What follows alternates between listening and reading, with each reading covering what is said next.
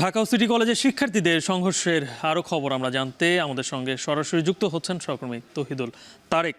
তারেক, এখন কি অবস্থা সেখানকার? দুই কলেজের শিক্ষার্থীরা কোথায় অবস্থান করছেন, আর যারা আহত হয়েছেন তাদেরকে কোথায় নেওয়া হচ্ছে?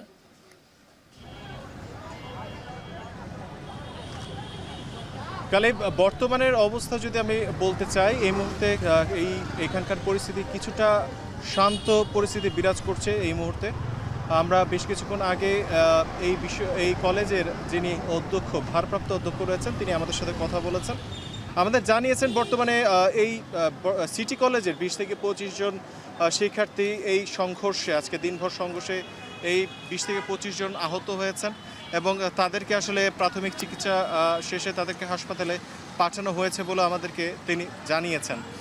তবে অধ্যক্ষ তিনি আরও বলেছেন যে শিক্ষা প্রতিষ্ঠানের যে স্থাপনা রয়েছে, এই স্থাপনাগুলোতে কোনো ধরনের হামলা আসলে কোনো সময় কাম্য নয়। তিনি একই সাথে পুলিশের ভূমিকা নিয়েও প্রশ্ন তুলেছেন। তিনি বলেছেন যে পুলিশ যদি সময় মতো ব্যবস্থা নিত তাহলে হয়তো সিটি কলেজের উপর ঢাকা কলেজের তিনি মূলত বলছেন যে দুষ্কৃতিকারী যারা আসলে হামলা করেছেন সেই ঘটনা হয়তো নাও ঘটতে পারত। একই সাথে তিনি এও বলেছেন যে পরবর্তীতে যদিও পুলিশ পরিস্থিতি নিয়ন্ত্রণে যথেষ্ট সক্রিয় ভূমিকা পালন করেছে, তবে সেই ভূমিকাটা যদি আরও আগে নেওয়া যেত সেটা হয়তো আরও ভালো হতো।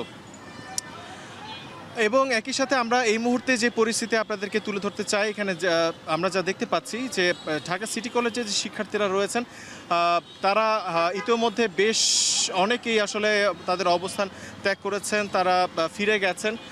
কলেজেও তারা এই মুহূর্তে নেই।